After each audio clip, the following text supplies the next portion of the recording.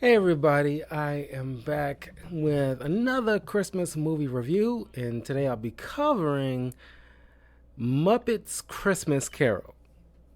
Now, before I continue, please do me a huge favor, leave a comment below, like this video, follow me on my YouTube channel and my Patreon. The links in the description below if you want to further support the channel.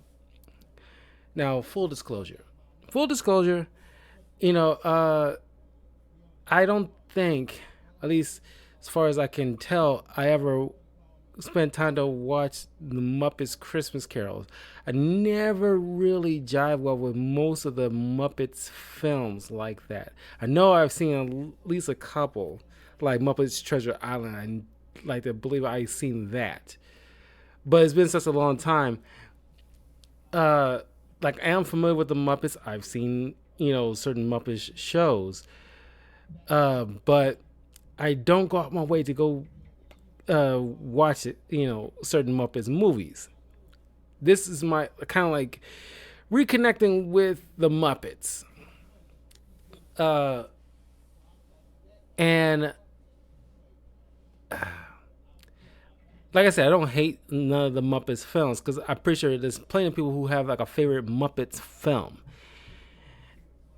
Um, but yeah, I mean, this is a nice little cozy Muppets film based on another adaptation of the Charles Dickens story, A Christmas Carol.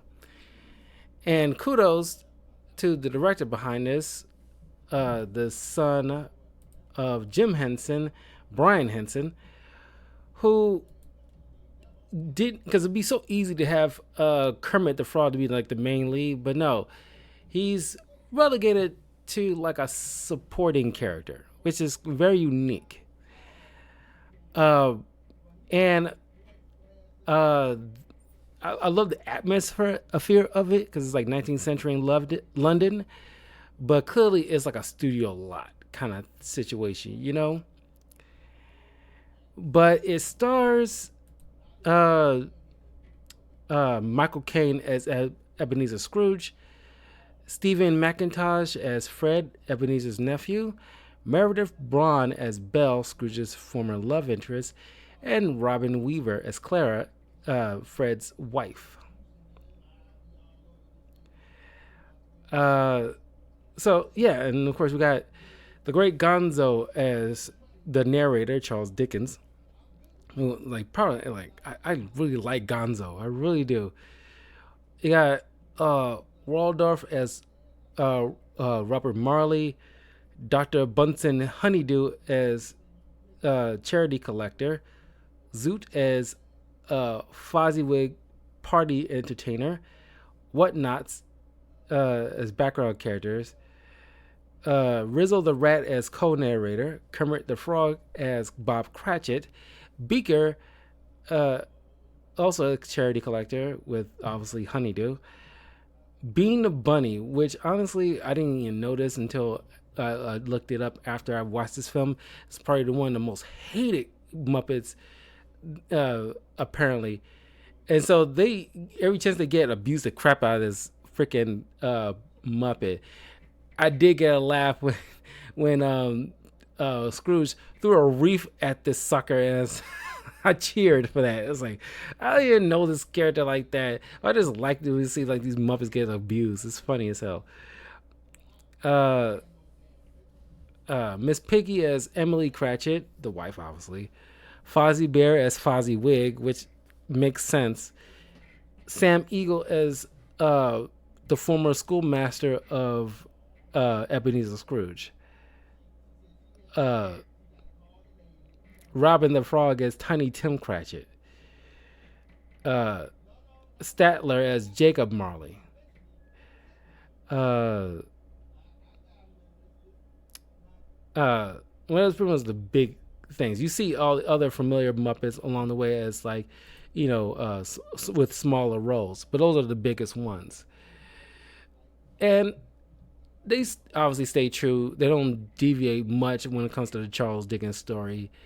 I think Michael Caine is an impressive, does an impressive job as this variation of Scrooge. personally, my favorite Scrooge is always going to be Bill Murray in Scrooge. It's probably the more modern adaptation, and none of it is way too cheesy, like most adaptations are. But it just hits the right tone, has the right cynicism, but also has the sensible level of heart involved into this film. It's just the right amount, where it's like just not. It's just the right amount of cheese, not overly cheesy, and they don't play it too hardcore, where you kind of miss the point of getting the Christmas spirit.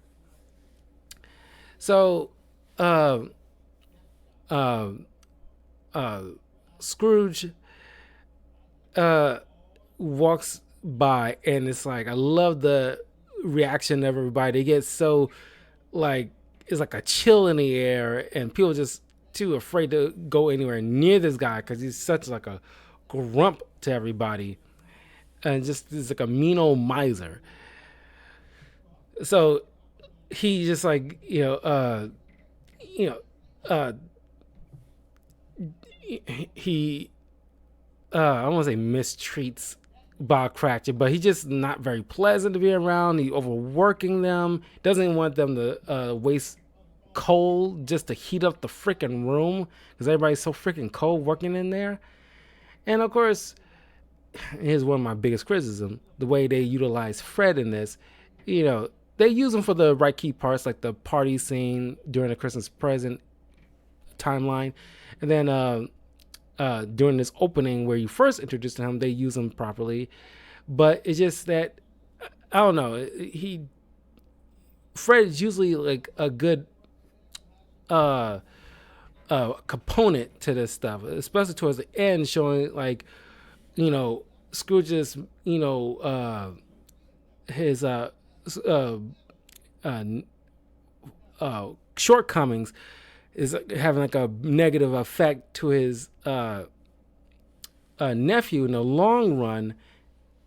Like, I really wish I would have saw more of that, but it kind of, when it gets to the third act, when around the third ghost, there's certain parts I think they kind of failed to incorporate to really hit home, in my opinion. I'll get to that soon. But Bob Cratchit pleads his case to before I get it, of course, Fred shows up. Merry Christmas, Uncle, bah humbug, all this stuff. Professor Honeydew and his associate, Beaker, tries to get Scrooge to give money for charity for the poor, and of course he gives that famous line like, "Are there no workhouses? Some will rather die. Well, they better do it and decrease the surplus population." And so they leave, and of course, all the little rats that work in the Muppet rats that work inside the facility with Bob Cratchit, looks to him to be the one that put his neck out for them because they too afraid to speak up. But Bob, like, tomorrow's Christmas, sir. It's like, well, we expected to get the day off, and this kind of like I like this line of dialogue because we don't see it in most adaptations of this story. Of course, Scrooge is like, so you expect the whole entire day off. And Bob smartly points out, well, given the fact that most businesses will be closed tomorrow, you won't get any business anyway, so it might as well, because you end up going to be losing money anyway because there's nobody going to be coming in and out. And most businesses will be closed for the day. So I like that because it's kind of like utilizing Scrooge's logic for Bob's benefit, just to get him to make it make sense, because he's not going to hear the fact that, well, everybody else is off, why can't we be off? It's not going to work that way. He has to make it make sense for him, because he's such a miser. he only speaks in dialogue when it comes to money. So, like, fine, be all the earlier the next day, blah, blah, blah. They leave. And I love the Gonzo and Rizzo the Rat. They're like the MVPs of this entire story, in my personal opinion. And the way they interact is so freaking funny. Where they try to look through the window to peer into Scrooge's business to see all that stuff as they narrate. He used Rizzo to wipe the dirty window so you can see through it. It's so freaking stupid. It's so funny. Uh, they got a huge laugh out of me. So, oh, the music in this is like, for the most part, really good. Michael Caine cannot sing worth a damn. I'm sorry. And he does this goofy dance with the Ghost of Christmas Presents. Like, it's not really a dance. It's more like a jig or something like that. It's like, he obviously can't dance, but he has to get into it and stuff like that, which is fine. I can't dance either. I probably would have done the same thing. But it just, for most people, they look at that and they kind of cringe at that. And it's like, it makes sense. But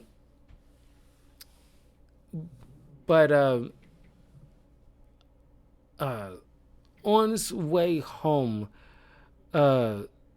Scrooge is visited by not only Jacob but his brother Robert Marley, and I think that musical number is probably one of my favorite ones. But I love those two particular Muppets because they just roast. Their main job in any iteration of the Muppets is just to roast people, just to talk crap as much as possible, and they were very good at it. Every time you see it, it's always a fun time. Very funny. But it warned him that he'll be visited by three spirits. And if you go the route there we were on, you'll end up just like us. So eventually he sees the first ghost of Christmas Past, and my God, this is the ugliest Muppet I ever seen in my life. So terrible looking. It's a little, I guess it's supposed to be like a childlike character, but this seems so half-assed. Like they have not finished this puppet, but they might have been on some kind of crunch time or something. I'm not sure, but this is like a hideous looking thing. Like there's no eyebrows to it, and the way the mouth move, it's like none of it seems complete at all.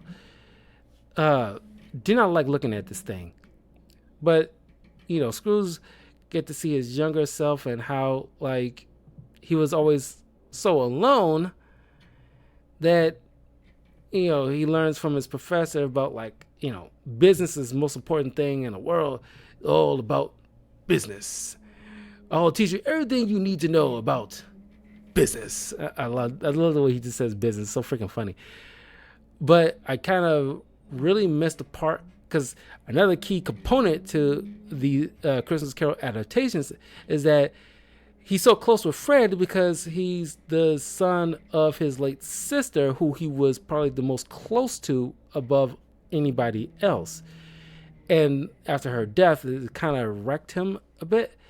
And they kind of took that away, which I thought it was like a huge mistake. I like that component when it comes to these Christmas Carol adaptations because his connection with his sister was a driving factor to shape him the way he was. And I love this moment where the professor says something about like, it's the American dream, and Gonzo had to whisper to him, "Oh, it's the London dream." This was like I like that part. It was really funny. That kind of like I was dying laughing. It was really good. So then they they go see like the past about young adult Scrooge working at Fozziwig's rubber chicken factory, and Fozziwig try to get Scrooge more involved, and he meets up with Belle. They spark a romance. I love seeing Animal in this because he's like part of the band for this party, but he's so upset because he had to play on this little triangle. But then he's like, he couldn't contain himself, so he just plays on the drums like we expect Animal to do so, because like he loves the drums. So it's really good. Really good use for most of these Muppets. Really smart. Um, so fast forward a little bit as the relationship kind of progressed, but we see the beginning stages of Scrooge kind of prioritizing money over personal relationships, especially his romantic one with Belle. And everybody's in agreement, from what I've understood, who seen this film over the years. This was not played out properly because the actress of Belle, this is supposed to be like a sad moment. Like, you look at something like, I don't know, just out of all of them, I'll go with Jim Carrey's Christmas Carol, where we see the moment with like Belle and his interaction in his office, where she is just so distraught, so saddened that the person she loved is just like so hyper focused on work and money and prioritizing that over people. It just, and relationships, it pushes her away and it breaks her heart. We don't get that with this Belle, who they kind of took out this cringy song that apparently it was in, I don't know if it was in a theatrical version, but it was like a cringy song. Because the one I watched on Disney Plus, they kind of, I guess, took it out. But apparently there's a cringy song in this moment where older Scrooge sings along with Belle, but he can't sing worth a damn. And this is supposed to be like a sad song, and she's smiling the way through, like she's happy that she's breaking up with somebody she supposedly really cared about. And the whole thing kind of throws everything off. None of it played well. So we're back in the present. Now he meets the Ghost of Christmas Present. Who the Ghost of Christmas Present was played by? Oh,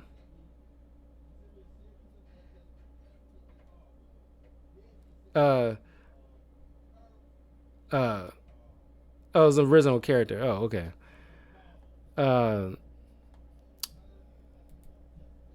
uh, he shows Scrooge around.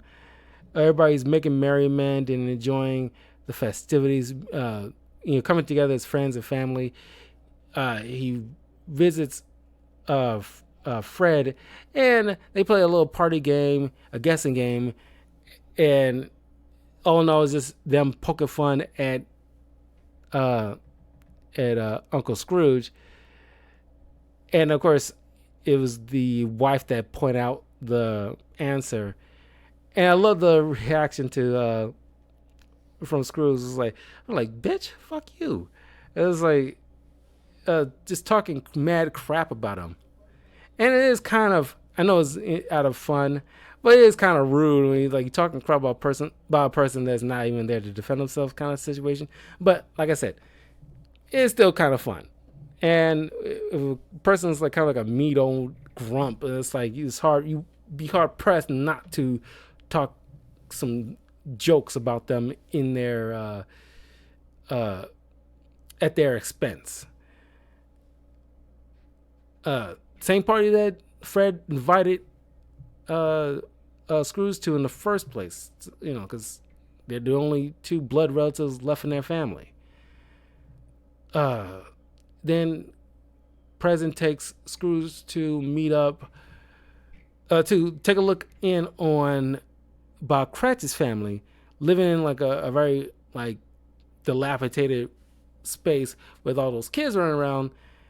And you see Miss Piggy and a couple of frog kids and a couple of little piggy kids, and it's like, and that raises a lot of questions that I don't think people really want the answer to. But it's like, clearly Miss Piggy and Kermit always be like a dynamic couple in pop culture history. But how can a pig and a frog have kids? It should be some warped monstrosities, even if it was feasible. some pig frogs, essentially. But whatever.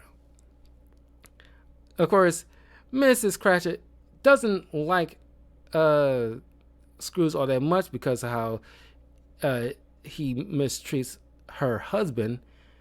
But the husband takes it in stride, and of course, we see Tiny Tim, and I gotta admit this, I really never cared for Tiny Tim. I think he's probably like, in every adaptation, except for maybe Scrooge, maybe because the kid really never talked until the last minute of the film, where it really counted. Uh, Tiny Tim's never been like a. It's always been the weakest link in these stories. I'm sorry. I'm pretty sure there's people out there who can make a case for Tiny Tim, but he is just like a shoehorn in easy way to gain sympathy from the audience. Like, oh, a cute kid, and feel so sorry for him. And it's like I never felt nothing. I don't care. This one kid using a crutch is the one thing we're hyper focused on. Like, there's no other kids that might be in the same condition or whatever. But I guess he's supposed to be the archetype of those type of people in the world. But it's just, I never felt anything for Tiny Tim. It's always been the weakest link in my opinion. I never cared, except for that kid who played him in Scrooged.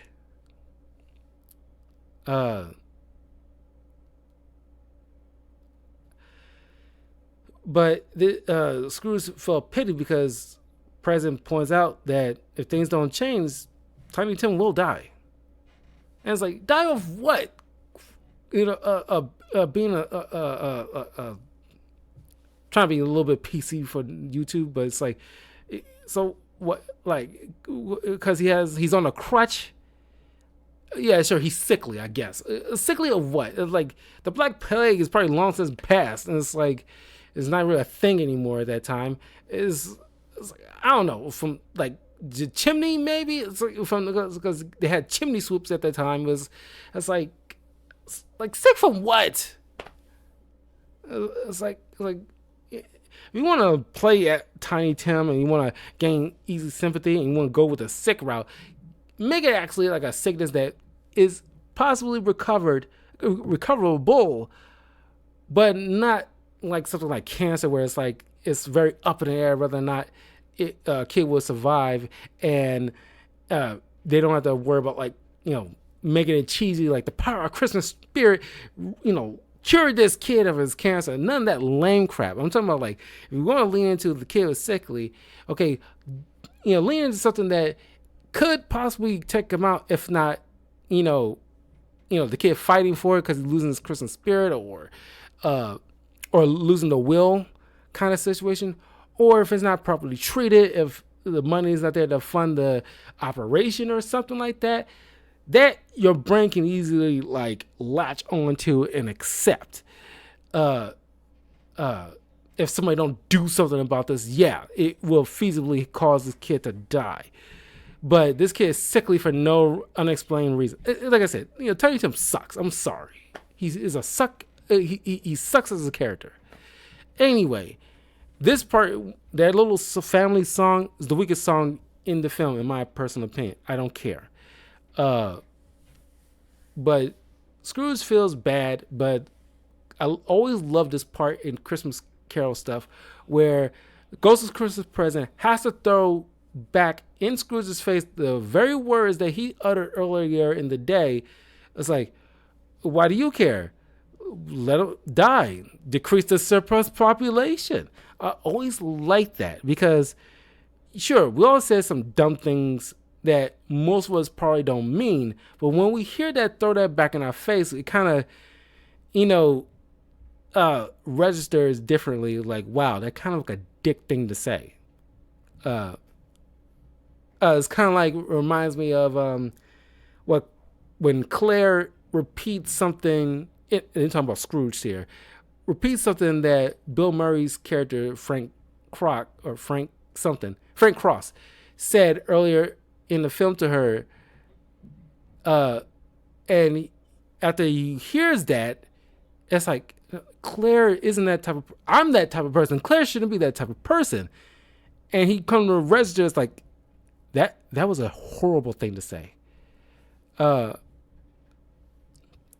I like those moments like that, in these adaptations. So then you see the moment where Ghost of Christmas Present starting to get older, so he has to move on because his time in the present is long gone. So now he has to pass the baton to Christmas Future, which obviously shows up in the form of a robe or like a Grim Reaper type. And he shows, and this is where, the movie loses me a bit, because they kind of take out certain things that kind of made it poignant or drive things home for Scrooge to really feel complete. Where he sees that obviously it was him who passed away, and his stuff again sold off by literal vermin puppets. I really like that, moments like, yeah, vermins are selling off his stuff. But I don't care for the fact that they kind of exclude the part of what's going on with Fred, and his wife. Most cases, it all depends. There are some cases in these adaptations where Fred loses his after inheriting what's left from his uncle after he passed.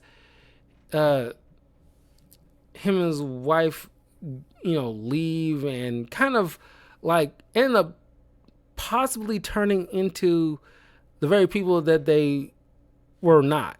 They kind of lose that groundedness that they always held dear to, and that money is probably going to corrupt them in a bit.